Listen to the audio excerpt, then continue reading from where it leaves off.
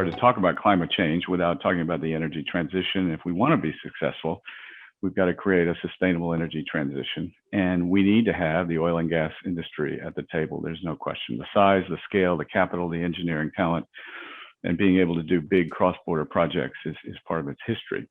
But it isn't only just about a race to develop new technologies and implement them as quickly as possible. But what we're talking about here is a transformation in our economic and social system and our ways of life. I think what's changed is not the expectation, but I think what's changed is that civil society now has greater access to information. They know more.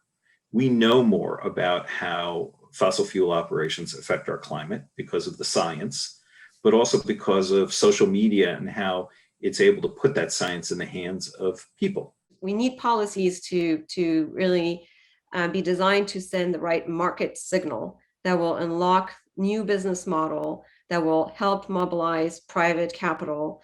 And we need this both in our economies, but also, I think you alluded to that, in emerging economies too. We need governments to stop handing out licenses for more exploration. We've already got more than enough reserves of coal, oil and gas to take us above 3 degrees, even 4 degrees of warming. Why are we still handing out new coal permits? I really don't know. But we need something where all governments can agree together that the transition requires a common approach. The key thing that we got to do is to produce hydrogen at a sufficient scale and at a commercially attractive cost, bringing down the cost of producing and distributing hydrogen to make it competitive with other fossil fuels. Also have to start to create the demand for this hydrogen because you can invest in supply, but there has to be uses ready to take the hydrogen. And there's an element of chicken and egg there, where you really need to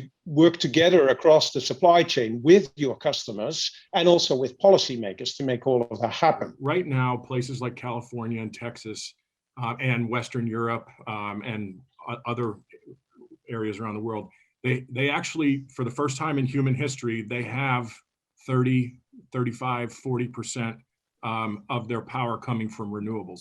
That wasn't true 10 years ago. It wasn't true 15 years ago.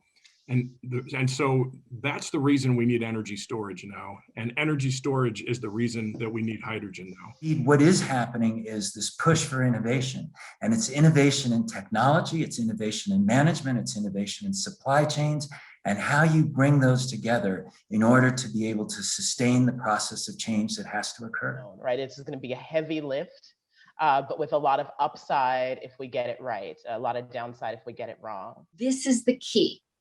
It's really dreaming the life, the world, every single action, every little detail of that world together. And that's how everybody's inspired to work hand in hand to make the change that we need. We can do it.